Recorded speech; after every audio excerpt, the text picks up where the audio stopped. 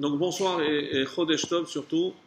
Et donc que ce shiur soit pour la Refoua Shlema de Esther Lolita Chaya Bat Kuka, Meir Ben Eliaou, notre ami Gérard Lachmi, ainsi que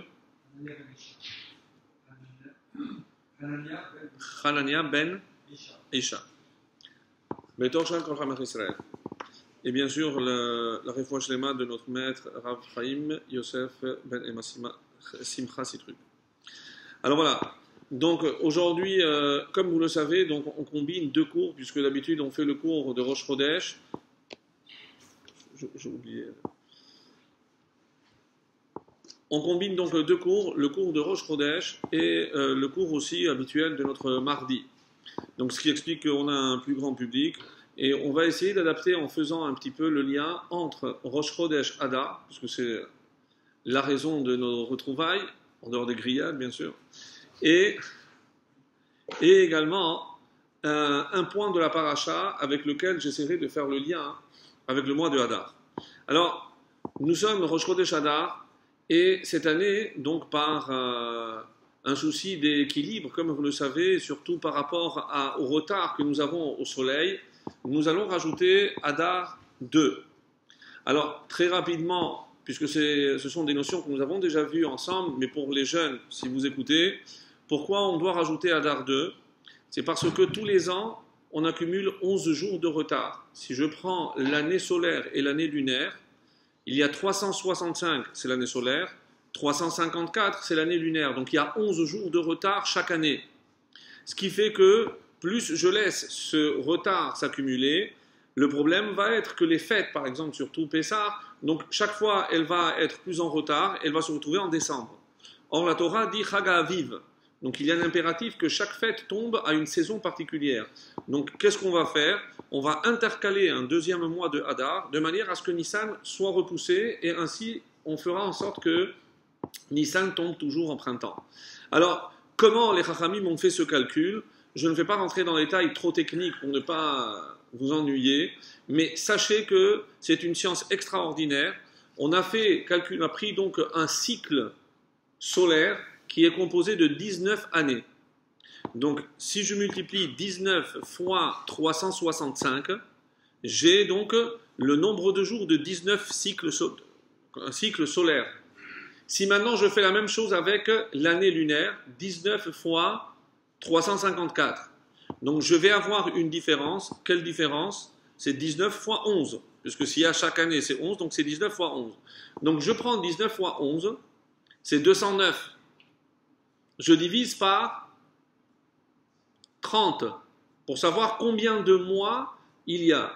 Et à un jour près, il y a 7 mois. Parce que 7 fois 30, c'est 210. Mais comme j'ai que 209, donc à un jour près, c'est la raison pour laquelle, donc, en 19 années, je vais rajouter combien de fois Hadar?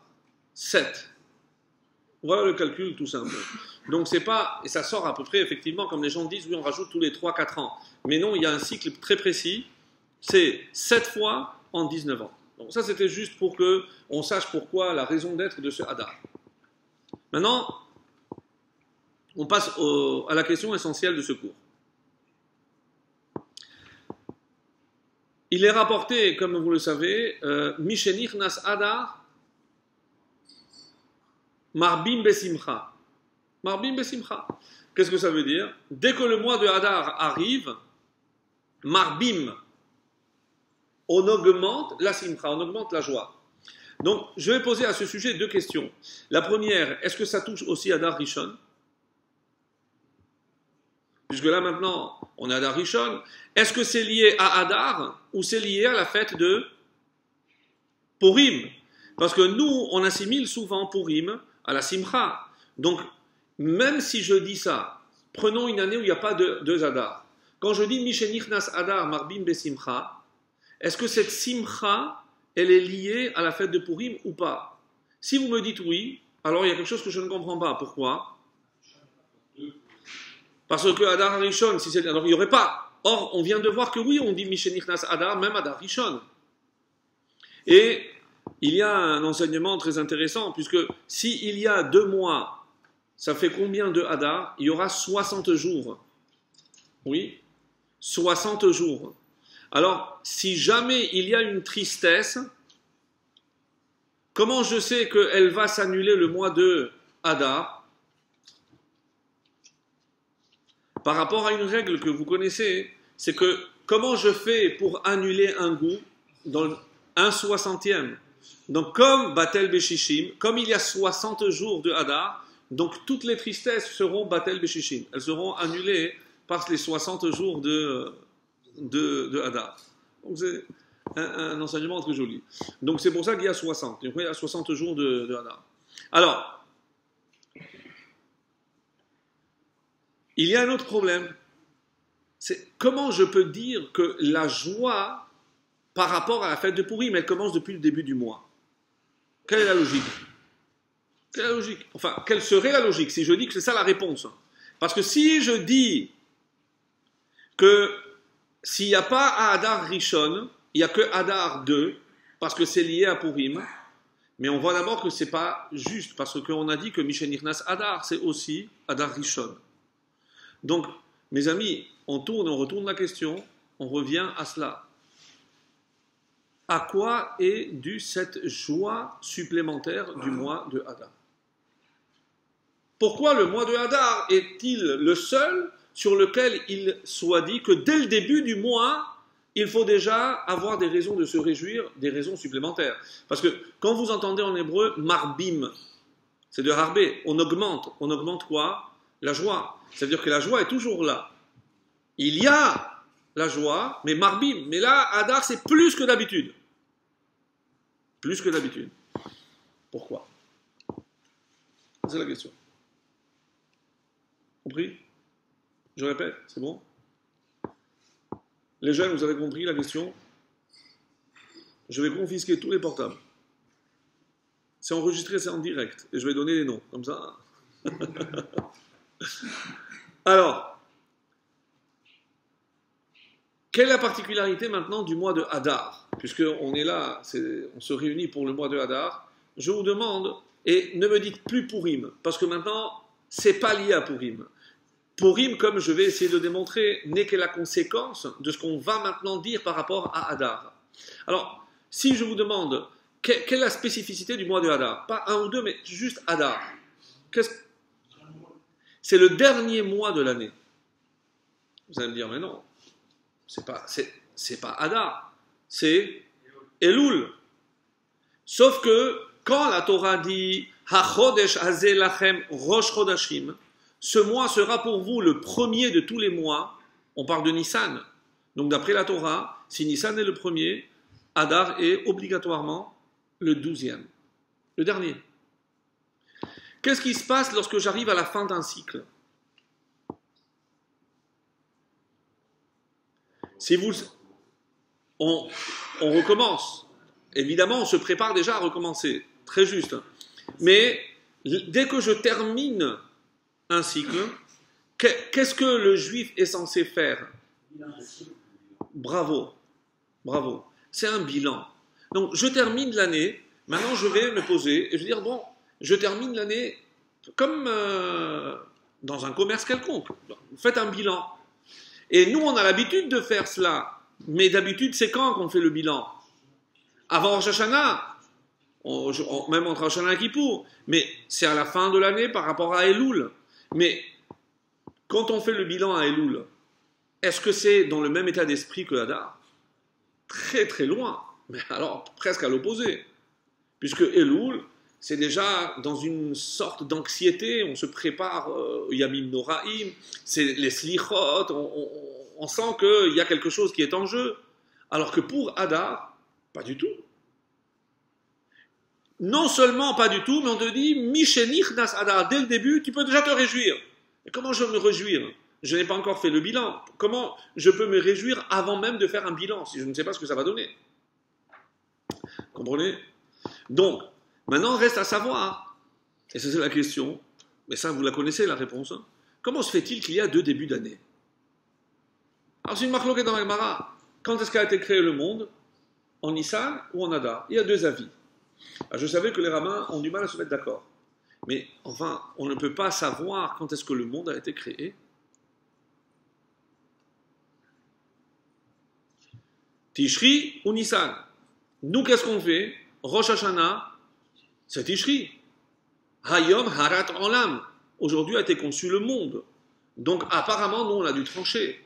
Alors comment on peut imaginer qu'il y a sur ça une divergence et dire que le monde a été créé en Nissan? Parce que si je dis que Nissan, c'est pas simplement par rapport à la Torah c'est en Sivan. Donc Bereshit bara Elohim. Comment on traduit? Bishvil Reshit. C'est pour Reshit que le monde a été créé. Qui est appelé Reshit? Ben Israël. Il arrive, c'est la bonne réponse.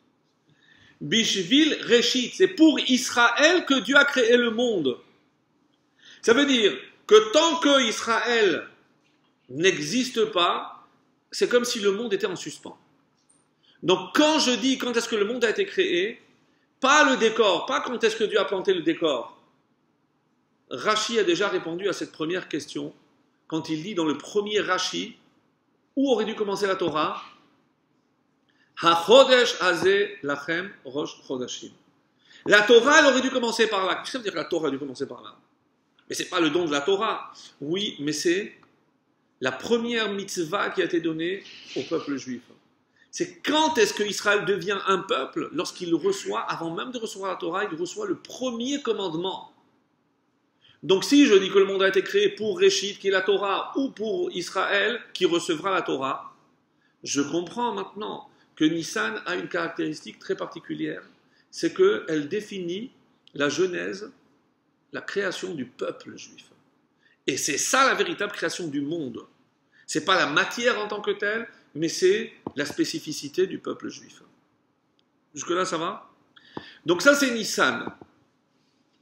Si la Torah me dit que le mois de Nissan est le premier des mois, qu'est-ce qui détermine les mois? La lune. Quand je dis Rosh Hashanah, le début de l'année, c'est le soleil. Vous avez compris maintenant quel est l'enjeu entre Nissan et Tishri. Est-ce qu'on va d'après la lune ou est-ce qu'on va d'après le soleil? Et vous comprenez pourquoi Adar 2 joue un rôle extraordinaire. Parce que qu'est-ce qu'il fait, Adar 2? Il fait le pont, le lien entre la lune et le soleil. C'est-à-dire une sorte de réconciliation entre les deux calendriers. C'est un pont entre les deux. Et quand je relis quelque chose, c'est pour les unir. Ne soyez pas étonnés, parce que l'année où il y a 13, Adar 2, c'est qu'il y a 13 mois. Et 13, c'est la valeur numérique du mot Echad. C'est grâce à ce 13e, on fait l'union. Quand on dit l'union, quand je dis entre le soleil et la lune, c'est entre Israël et les nations. C'est pour ça que c'est d'une importance incroyable. Alors, quelle est la différence entre le soleil et la lune? Bon, c'est une différence de taille, vous allez me dire. Oh, c'est vrai. Mais quand vous regardez les deux astres, un c'est pour le jour, l'autre c'est pour la nuit. D'accord? Mais par rapport à la nature de chaque astre,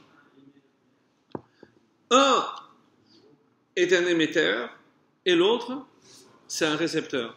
Je vais les dire en hébreu dans le langage de nos maîtres. Il y a le mashpia, il y a le mekabel. Mashpia, en hébreu, la traduction c'est celui qui influence. C'est pas simplement donner, parce que lorsque vous donnez quelque chose, est-ce que ce que vous donnez va avoir une influence sur votre entourage? Et j'ai pas besoin forcément de donner pour avoir une influence.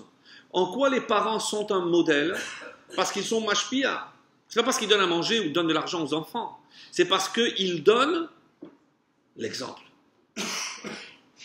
Pour être mashpia, c'est donner un exemple.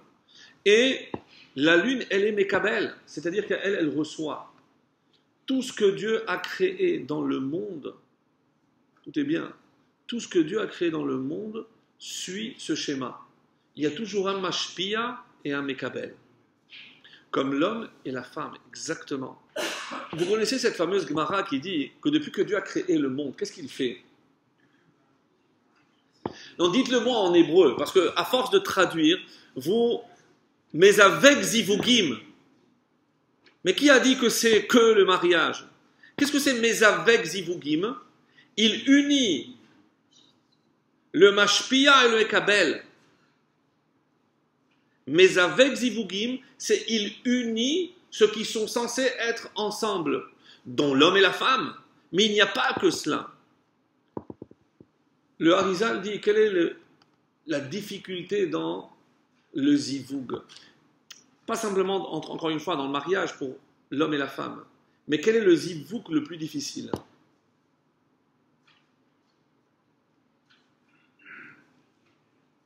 Vas-y. Plus fort. Matériel et spirituel, qui est, évidemment, ça découle de cela. Si tu pousses à l'extrême ce que tu viens de dire, le matériel par excellence, c'est l'homme. Et quand je parle de la spiritualité que Hachem a donnée dans ce monde, c'est la Torah. Mes amis, le Harizal dit quel est le zivug le plus difficile? C'est la Torah et l'homme. Vous entendez? La Torah et l'homme. Et pourquoi c'est censé être tellement difficile de nos jours? À cause de la faute de Adam Arishon. Parce que, qu'est-ce que Dieu, comme on verra d'ailleurs dans la paracha, on va le voir aussi, qu'est-ce que Hachem a fait avec Aetz HaChaim? Et le Harizal dit, qu'est-ce que c'est Aetz HaChaim? C'est la Torah. Aetz HaChaim hila mahazikimba. Qu'est-ce qu'il a mis pour la protéger? Les chérubins, que on va retrouver dans la paracha, quand? Précisément sur la caporet, sur ce couvercle du Aaron, qu'est-ce qu'il y avait? 2 chérubins. Ce sont les gardiens de la Torah. Et quelle est la forme? Ish el achiv. Il y a un qui regarde à son frère, et les deux regardent vers le bas, c'est-à-dire la Torah. Et quand Dieu parlait au peuple, d'où sortait la voix? Mi ben hakeruvim, c'est d'entre les chérubins. Dieu ne parle à l'homme que lorsque l'homme est face à son frère. C'est pour ça qu'on dit que représentent ces deux faces, c'est un homme quand il est face à l'autre. Ça c'est kaporet. D'où vient le mot kaporet? De kapara, c'est, mal traduit, expiation. Mais c'est plus comme vous avez si bien dit, une réparation. Parce que c'est de kapara, réparation. Qu'est-ce que la Torah veut nous dire par là, mes amis? C'est que pour faire la véritable réparation, on parle de la faute d'Adam Arishon, pour que l'homme puisse accéder à la Torah, qu'est-ce qu'il a besoin de faire? Regarder l'autre, communiquer avec l'autre. Autrement dit, être mashpia. Puisque quand il y a un face à l'autre, il y a un mashpia, un mekabel. Donc, retenez ceci. Quand la Gemara dit « mais avec zivugim », cessez de croire que c'est que des mariages. Parce que le but ultime d'Hachem, comme quelqu'un dit, c'est la matière et l'esprit. C'est l'homme et la Torah. Parce que c'est ce qu'il a donné. Bereshit, bishvil reshit, pour la Torah et pour Israël. Jusque-là, ça va? Donc, on reviendra tout à l'heure, parce qu'il y a un passage très beau ici dans la paracha, et vous verrez le lien que j'aimerais faire. Donc maintenant, j'ai le soleil, mashpia, et j'ai la lune qui est mekabel. C'est le masculin et le féminin. C'est la matière, c'est l'esprit. C'est le ciel et la terre. C'est la spiritualité, la matérialité. Donc on voit toujours que Hachem a créé le monde pour qu'il y ait une complémentarité. Et c'est chaque fois qu'on fait une mitzvah, c'est pour ça que les Mekoubalim disent, chaque fois qu'on doit faire une mitzvah, qu'est-ce qu'il faudrait faire avant? Leshem yichud, pour unir. C'est-à-dire qu'il y a une union à faire. Depuis la faute d'Adam Arishon, il y a Kuchabrichu Ushkinte, Yutke, Vavke. Donc il y a une séparation entre la transcendance divine et l'immanence. Alors, je reviens maintenant au soleil et à la lune, pour essayer de comprendre pourquoi en Elul je suis angoissé, je suis dans un tel état d'anxiété. parce que je vais faire le bilan de mon année, c'est le soleil, Elul. Et pour Hadar, c'est la lune, je suis content. C'est la question. Maintenant, on a pratiquement tous les éléments pour répondre à cette question. Si je dis que Elul, c'est par rapport au soleil, ça veut dire que tout homme peut être et Mashpia et Mekabel. Presque. Bravo pour le lien. C'est-à-dire qu'en Elul, je vais faire le bilan sur quoi? Sur ce que j'ai été Mashpia. Ce que j'ai fait, ou plutôt, ce que je n'ai pas fait ou ce que j'ai mal fait. Par négligence, par tout ce que vous voulez. Mais lorsque je fais un bilan de tout ce que j'aurais pu faire, je suis honnête avec moi-même et je me dis, je suis loin d'avoir accompli tout ce que j'aurais pu faire. Par contre, Hadar, j'ai dit que c'est Mekabel. Je dois faire un bilan de quoi? De tout ce que j'ai reçu. Et si je ne suis pas ingrat, ou si je ne sais pas voir que la moitié du verre vide, qu'est-ce que je dois dresser comme bilan? Tout ce que Hachem m'a donné. Et c'est vrai que vous allez me dire, oui, mais bon, la vérité, il n'y a pas eu que du bien. Il y a eu ceci, il y a eu cela, il y a eu Pépin, j'ai eu perdu, le truc, le fisc. Tout ce que vous voulez. Tout ce que vous voulez. C'est vrai. Mais ça fait partie d'un tout. Je ne peux pas m'arrêter. Et c'est pour ça que cette notion de Batel Beshishim, lorsque j'ai la possibilité d'annuler parmi tant de bienfaits qu'Hachem m'a prodigué pendant toute l'année, quelle est la mida dont j'ai besoin pour être reconnaissant? Savoir voir l'humilité et savoir voir ce que Hachem me donne. Puisqu'on a plus de facilité à voir ce qui me manque que ce que j'ai. Vous savez, il y a un enseignement très beau que quelqu'un m'a envoyé. Il m'a dit, c'est qu'est-ce que nous croyons toujours que la véritable joie est à venir? C'est-à-dire, quand on va se marier, ça va aller mieux.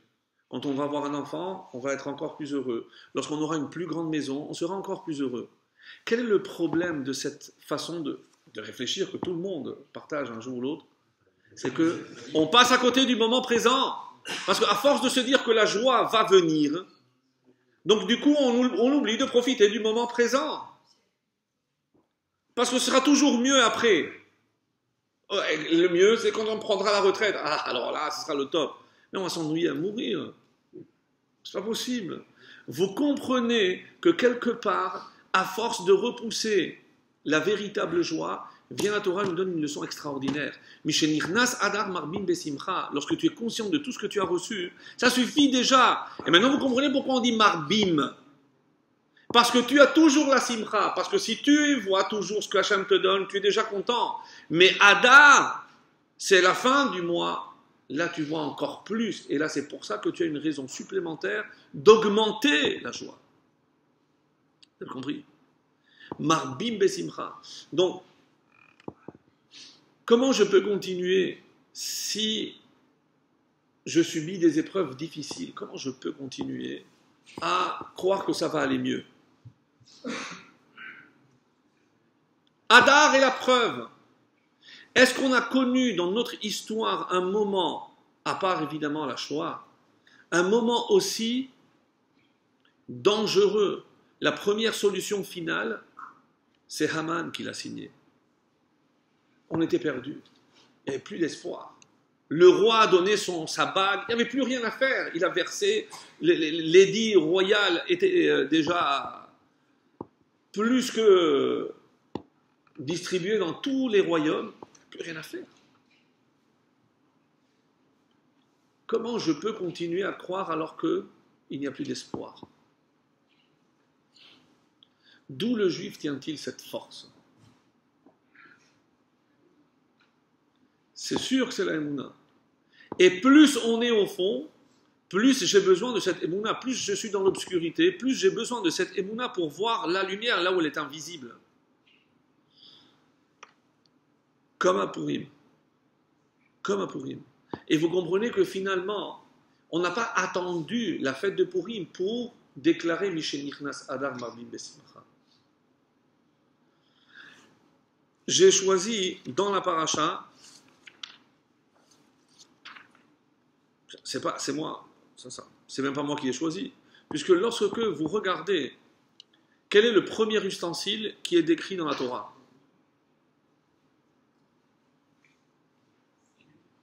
quel est le premier kéli? La table, la menorah. Vous n'avez pas révisé la paracha. Alors,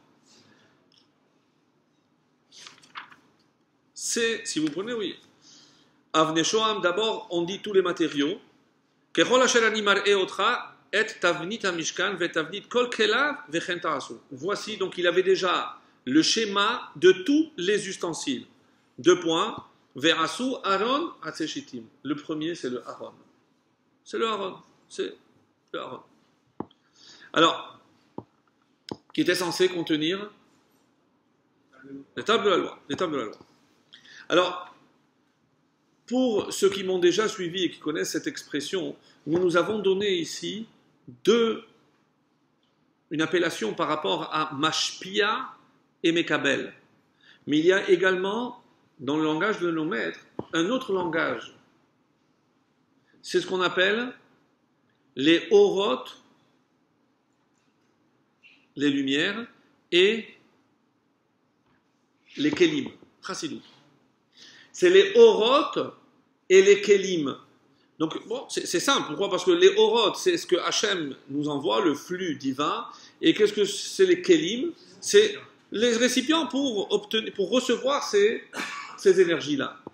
Donc, vous comprendrez que dans le langage de la Torah, comment s'appellent tous les ustensiles? C'est des kelim. Parce que chaque ustensile a une propriété unique et exclusive qui servait à recevoir une énergie pour des domaines très particuliers. On n'aura pas le temps de voir, peut-être Shabbat, on verra quelques kelim, hein. Mais là, j'ai choisi le Aaron, parce que c'est le premier. Comment a été construit le Aaron? Pour ceux qui ont déjà vu peut-être des illustrations, il y avait donc 3 boîtes qui s'emboîtaient une dans l'autre. Oui, comme les cubes, les enfants, un cube dans l'autre. Donc il y a 3 boîtes. L'extérieur étant or. Celle qui est à l'intérieur, tout à fait à l'intérieur, en or. Et entre les deux, en bois. Alors, regardez ce que la Torah dit.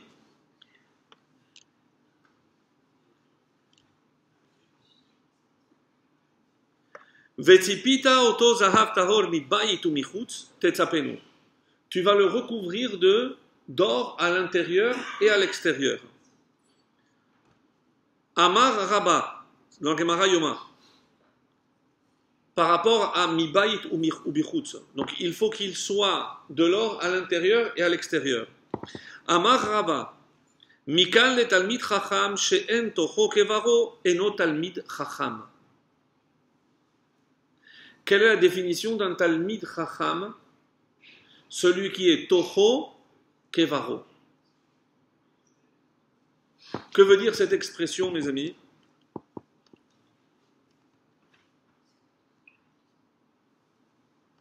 Qu'est-ce que c'est toho kevaro? Toho, c'est son intérieur. Baro, c'est son extérieur. Mais en araméen, le mot bar, c'est pas simplement extérieur, mais c'est aussi fils. Bar mitzvah. Un tel, bar, on utilise aussi le mot bar. Traduisez avec moi, toho kevaro. Son intérieur, c'est comme son fils. Qu'est-ce que ça veut dire? C'est-à-dire, si je veux connaître l'intériorité de quelqu'un, qu'est-ce que je vais aller voir? Son fils. Parce que les véritables valeurs de quelqu'un, c'est ce qu'il va essayer de transmettre à son fils. Et donc, si je veux voir ce qui pour un père est important, je vais voir comment est son fils. Toho kevaro. Parce qu'à mon fils, je vais transmettre tout ce qui pour moi me tient à cœur. Ça ne marche pas à tous les coups.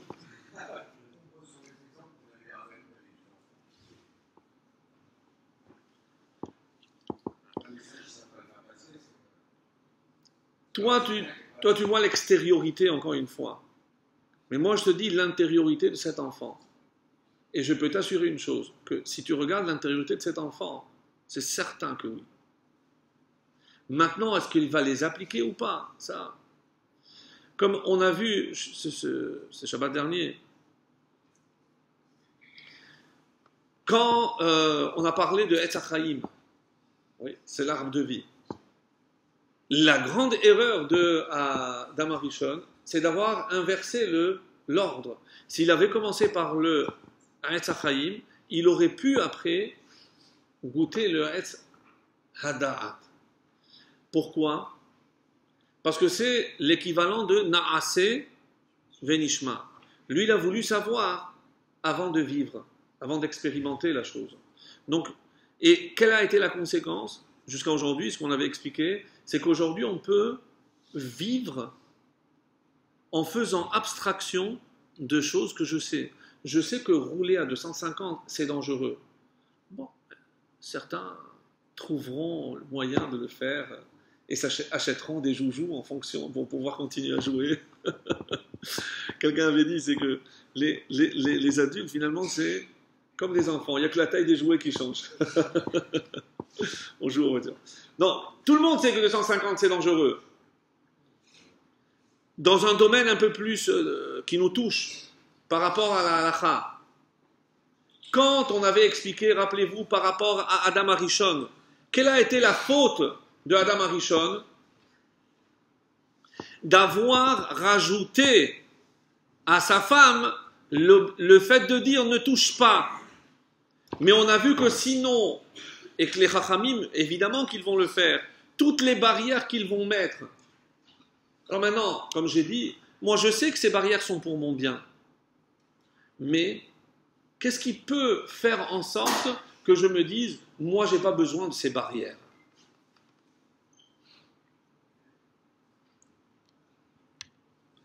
La Ga'ava, est-ce que nous on est au-dessus des autres? Pour les hommes, si on prend un exemple concret, quand un médecin, il se trouve, ou n'importe qui, dans son bureau, tout seul avec sa secrétaire. Hop, lanterne rouge, yichoud. Yichoud, faut pas rester seul. Ça va, je veux dire, c'est bon quoi, pas non plus. Mais je fais fi de ce que les Chachamim m'ont mis comme protection. Pourquoi? Parce que je pense que j'ai pas besoin, je suis au-dessus de ça, moi je vais pas tomber. En apotropos les harayot, c'est les Chachamim eux-mêmes qui disent, attention, il n'y a pas de barrière assez forte concernant la faute de harayot. Des relations interdites. Et ne me dites pas, non, ça n'existe pas. Ça, c'est les barrières que les Chachamim ont mises. C'est évidemment qu'ils s'adressent à qui? À tous. À tout le monde. Donc, quelque part, c'est une protection. Je ne peux pas imaginer que moi, je n'ai pas besoin, moi, je suis au-dessus. Et bon, je ne vais pas faire maintenant, mais quand vous regardez les halachot de Yichoud, la vérité, vous vous faites rabat. C'est extrêmement difficile. Même un homme avec deux femmes, ça s'appelle Yichoud. Parce qu'il suffit qu'une femme s'absente et je vais me retrouver seul. Donc il faut minimum 3 femmes. Vous vous rendez compte? Et bon, après, et s'il y a 2 hommes avec une femme, après il y a toutes les permutations possibles et imaginables. Donc après il y a un tableau. Après il faut étudier. 2 hommes avec une femme, 2 hommes avec 2 femmes. Est-ce que parmi la femme, il y a sa femme? C'est ça la faute. C'est extrêmement difficile. Alors, pourquoi un homme prendrait à la légère? Parce que pour nous, on ne se sent pas concerné. Or, c'est extrêmement grave, puisque c'est ce qui est écrit ici. C'est exactement la faute d'imaginer qu'on est au-dessus des lois. Qu'est-ce que c'est un Talmid Chacham? C'est Toho Kevaro. Toho, ce qui est en lui, ce qu'il sait. Baro, c'est ce qu'il fait.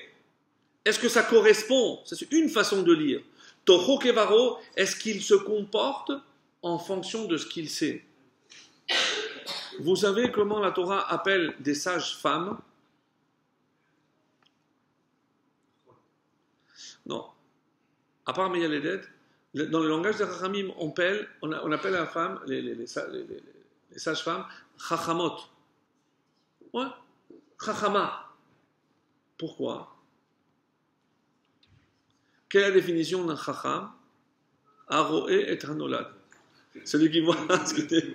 Donc la Chachama, c'est parce qu'elle voit ce qui. C'est la première qui voit ce qui va naître. Très très beau, mais pour vous montrer la sagesse et le génie de la langue hébraïque, c'est quelque chose d'exceptionnel. Chachama, non, Chachama. Alors, d'ailleurs, vous vérifierez, la valeur numérique de Talmid Chacham, c'est la même valeur numérique que Meyaledet. Il y a aussi, évidemment, des choses à dire. Alors, qu'est-ce que c'est celle qui accouche? Qu'est-ce que la Torah ici, qu'est-ce que la Gemara est en train de nous dire?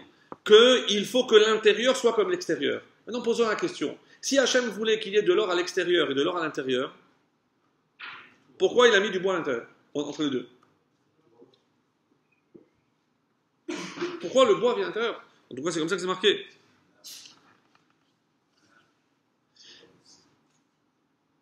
Excellent. Parce que par rapport à l'or, l'or, il se retourne, il regarde le bois, et qu'est-ce qu'il lui a envie de lui faire? Mais qu'est-ce que tu fais là, toi?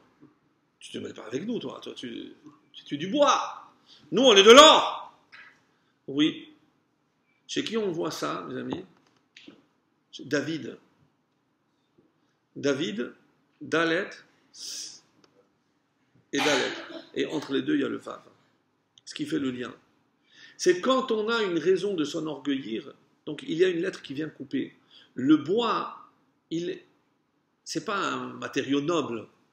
Et à part ça, il a une particularité que l'or n'a pas. L'or reste immuable.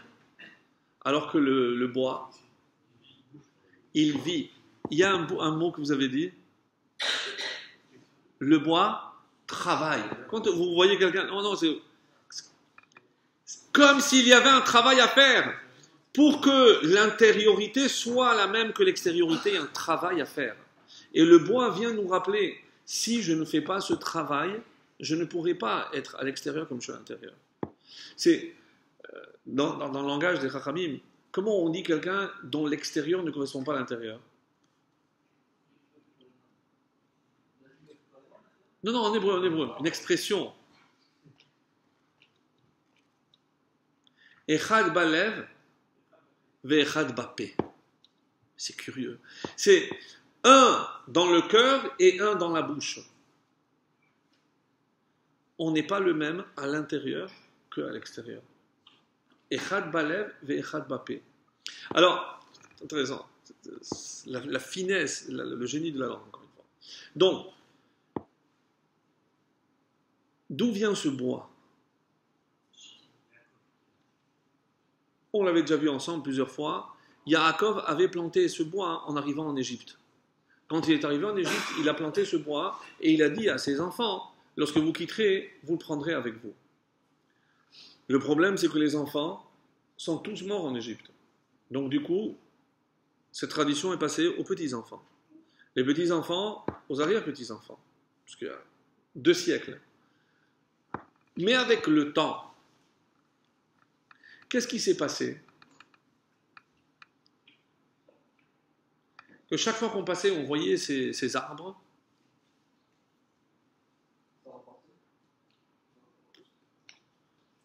Est-ce que tout le monde continue à y croire?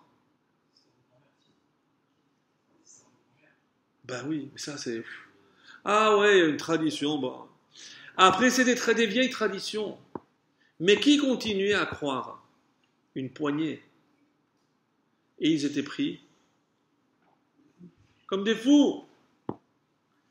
Comment je traduis Atse Shitim? Parce qu'on n'arrive pas à définir de quel arbre il s'agit. Est-ce que c'est du cèdre? Est-ce que c'est de l'être, des chênes, du pain? On ne sait pas. Et le mot Shitim n'a pas d'explication. Pourquoi Shitim? Ils les ont plantés. Atse Shitim, c'est les arbres des fous. Pourquoi des fous? Choté, parce qu'il n'y a que les fous qui continuent à croire. Mes amis, il y a peut-être que les fous qui continuent à croire, mais qui est sorti d'Égypte? Les fous. Mais c'est incroyable. Il n'y a que les fous. Je vais vous dire plus. Qu'est-ce que vous faites là? Vous êtes fous, quoi. On est fous. On est fous parce qu'on continue à croire. Eux, ils ont attendu 200 ans. Nous, 2000. 2000. Avec tout le lot qu'on connaît, l'Inquisition, les pogroms, la Shoah. Et on est encore là. Mais, bien sûr, vous comprenez que pour continuer à être à l'extérieur ce qu'on a à l'intérieur, qu'est-ce qu'il faut? Il faut être un peu fou. Il faut un grain de folie. Ça, ce que la Torah vient nous dire ici, c'est par rapport donc à ce bois, à ces chitines, c'est que pour être à l'intérieur et à l'extérieur, non seulement il faut faire ce travail, mais il faut aussi continuer à y croire, même lorsque tout s'oppose à cette croyance. Vous comprenez pourquoi c'est lié au mois de Hadar? Parce que Hadar, c'est ça le message essentiel. Alors que tout concourt à me faire croire le contraire, je continue à croire. Ils auraient pu baisser les bras. Pourquoi dit-on que Purim, c'est la seule fête qui restera après la venue de Mashiach?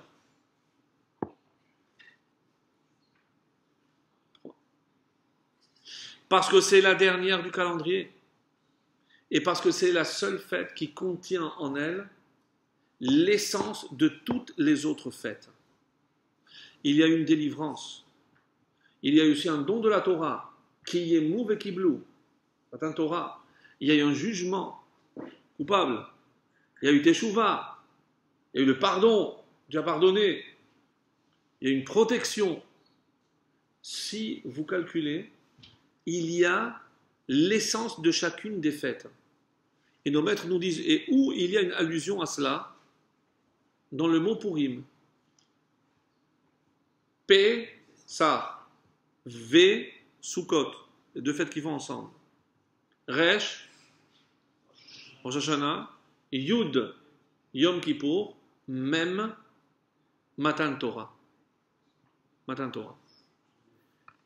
Matan Torah, c'est la fête Shavuot. Donc, dans Purim, il y a l'essence de toutes les fêtes. Donc, quand on dit qu'on va garder Purim, pourquoi? Parce que comme Purim contient l'essence de toutes les fêtes, on va garder l'essentiel de chacune des fêtes. L'essentiel de chacune des fêtes. Alors, sur le Aaron, autour de Aaron, il y avait Zer. Vous avez marqué, Zer, c'est un bord. Et comme c'est rapporté,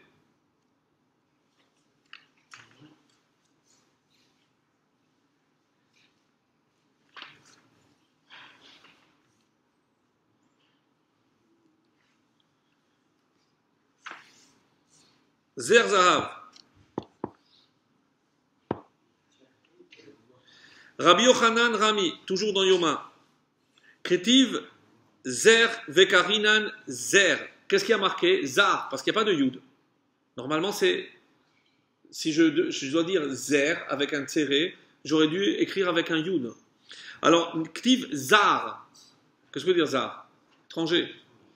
Vekarinan Zer. Pourquoi? Pourquoi on n'a pas mis un Yud dans la Torah? Il explique.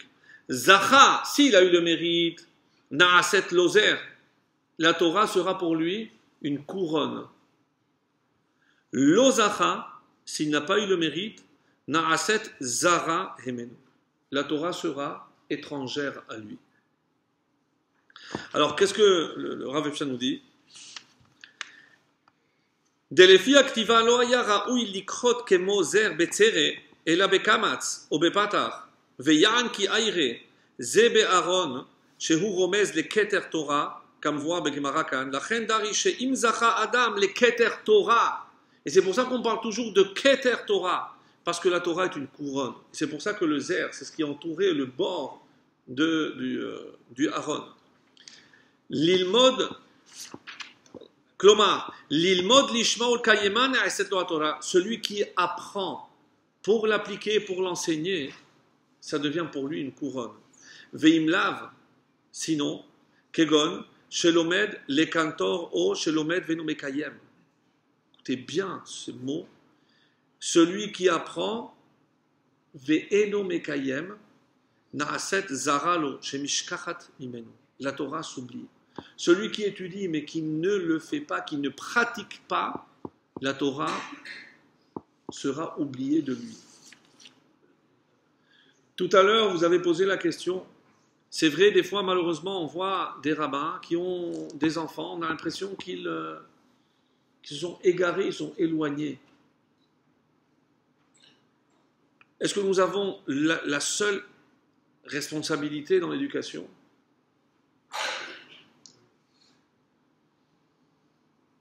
Une maman m'appelle. J'ai une question. Ma fille de 21 ans, elle est avec un goy. Ça fait 3 mois qu'elle ne dort pas à la maison, donc j'imagine qu'elle vit avec le goy. Bon, c'est quoi la question, madame? Maintenant, elle m'appelle pour me dire, est-ce que je suis prête à accepter le goy? Qu'est-ce que je dois faire? Si je l'accepte, je donne un stempel, je donne le tampon, vas-y ma fille. Si je n'accepte pas, mes copines sont en train de me dire que je vais aussi perdre ma fille. Qu'est-ce que je dois faire?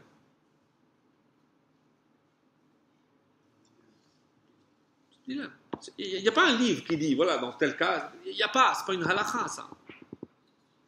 Alors, un contexte difficile, abandonné par le papa lorsqu'elle était très jeune, qu'il n'y a pas de père. Donc cette fille a besoin d'une image paternelle, après, bon, sans rentrer dans la psychologie. Mais voilà une question. Donc, qu'est-ce qu'on peut répondre?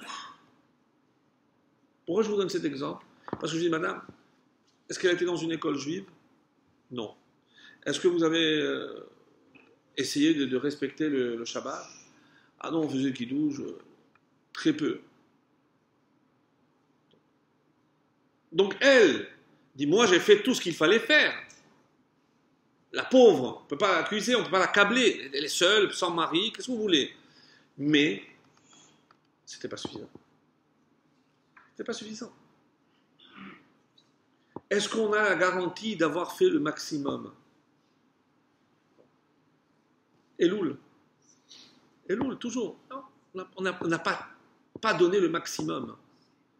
Aujourd'hui, est-ce que parce que mon fils, il mange cachère entre midi et 2, ça suffit? Je suis tranquille, j'ai la conscience tranquille. Oui, mais en dehors de ce repas, qu'est-ce qui se passe? Qui il fréquente? De quoi il parle? Je peux vous assurer, il ne parle pas ni de Mishnah, ni de Rabbanim.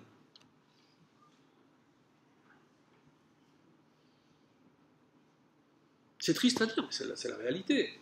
C'est la réalité.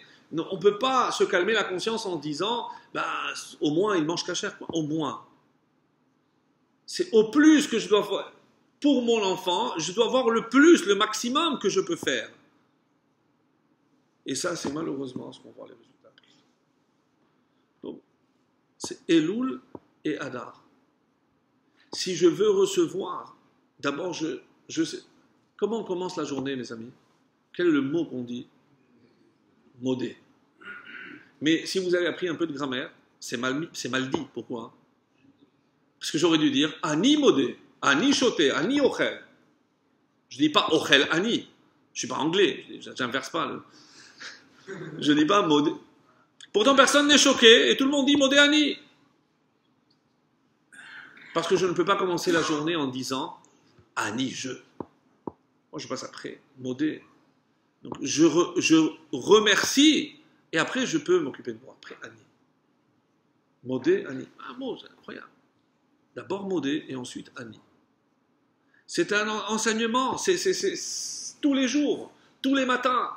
C'est le premier mot que je dis en ouvrant les yeux. Donc je vais terminer par, je disais le Haron, on a parlé de la couronne. Il y a une autre explication aussi très belle. Pourquoi Zar? Hein? Zar, c'est étranger.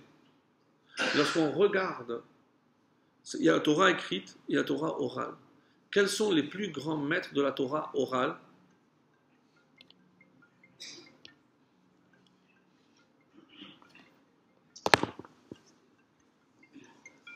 Pardon.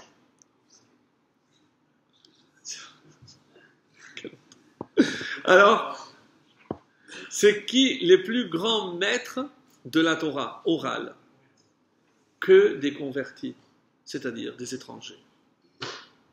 Des étrangers. Des Arim, ils sont Zar, ils sont étrangers.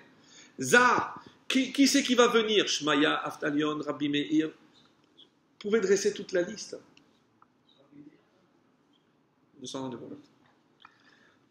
Donc, c'est très intéressant. Comprendre que finalement, comment je peux parler des étrangers? Parce que c'est... Oui, d'accord, mais c'est l'union du soleil et de la lune. L'union du soleil et de la lune. La lune ne peut pas se passer du soleil. Mais finalement, nous, la nuit, si on n'avait pas la lune, et c'est pour ça que Dieu lui dit, pour que tu ne sois pas seul, je vais créer les astres, les étoiles. Ça aussi, il faudrait décoder, mais je vais juste terminer par cet exemple-là. On dit que dans le Aaron, il y avait des tabaot. Tabaot, 4 anneaux. 4 anneaux. Et il y avait des badim. Badim en hébreu, bad. Ça vient de quoi? Levad. Vehayu, levadim. Ils seront, qu'est-ce que c'est levad? Seul. L'homme de Torah, c'est un homme qui est seul. On se sent isolé parce que lorsqu'on décide de garder la Torah, c'est vrai qu'on peut avoir un sentiment de solitude. Un sentiment de solitude que je vois aujourd'hui dans l'opinion publique par rapport à Israël. C'est incroyable. Mais des choses d'une aberration. C'est incroyable. Ça, c'est la plus grande leçon en politique. Israël était seul, elle est seule, elle restera seule. Lorsqu'on s'attache à la Torah, il n'y a que la Torah qui peut nous porter. Et c'est pour ça qu'on dit qu'il y avait un miracle. C'est que c'était le Aaron qui portait Tenos Av. C'est qu'elle, la Torah qui portait. Et que représentent ces 4 anneaux? 4, c'est quoi? Il y a les 4 points cardinaux. Il y a les 4. C'est la vie, la source de la vie. Il y a les 4 catégories d'existants. Domem, Tzomeach, Chai, Sheino Medaber et Chai Medaber. C'est le minéral, le végétal, l'animal et l'humain, l'homme, le parlant. Et les 4 se retrouvent dans la Torah. C'est curieux, pourquoi? Et pourquoi Taberot, c'est Teva? Teva, c'est quoi? La nature. Les natures, j'utilise presque le même mot, c'est Teva, Tabarot. Qu'est-ce que la Torah est venue? Elle est venue influencer la nature. Je ne peux pas dire je suis comme ça, je ne peux pas changer.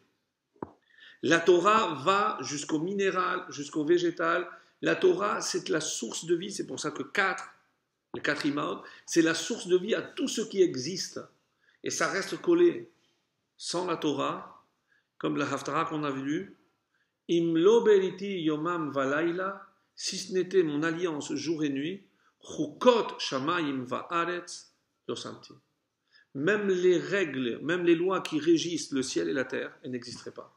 Autrement dit, le monde cesserait d'exister sans la Torah. Et c'est pour ça que ces 4 anneaux autour nous rappellent que c'est la Torah la source de vie de tout ce qui existe. Et pourquoi les barres n'étaient jamais enlevées? Parce que le jour où je pose la Torah, je l'oublie. La Torah ne peut pas être posée. Je ne peux pas poser. Je ne peux pas la laisser. Je ne peux pas, comme certains voulaient, quand je sors de la Sina, j'enlève ma tenue de juif. Non. La Torah, ce n'est pas une tenue extérieure. La Torah est une tenue intérieure. Et comme elle est gravée en moi, je ne peux pas l'enlever. Donc, à nous, mes amis, d'être le peuple mashpia. C'est que quand on dit qu'Israël doit être une lumière pour les nations, mais comment la petite lune va un jour éclairer, elle ne fait que recevoir. Qu'est-ce qui a marqué? Vehaya halevana, et la lune sera Ke'or hachama, shiv'atayim, elle va éclairer 7 fois plus. La lune, oui, la lune comme le symbole d'Israël. Et c'est pour cela que qu'est-ce qui nous manque, mes amis? La royauté. Qu'est-ce qu'on fait, Birkat Alevana? Qui on mentionne? David, quel rapport avec la lune? David, Melech Israël, Chai Vekayam. Tant qu'on est conscient que David est roi, il est vivant, il existe, oui, c'est que chaque fois qu'on regarde la lune, on garde l'espoir que Mashiach viendra, que Vehaya Hashem le Melech al kol haaretz, et Dieu sera un roi sur l'ensemble du monde, ça dépendra de nous. Qu'Hachem nous donne les forces et surtout les kochot de continuer à influencer jusqu'à Biat HaMashiach. Amen, Ken Yiratzon.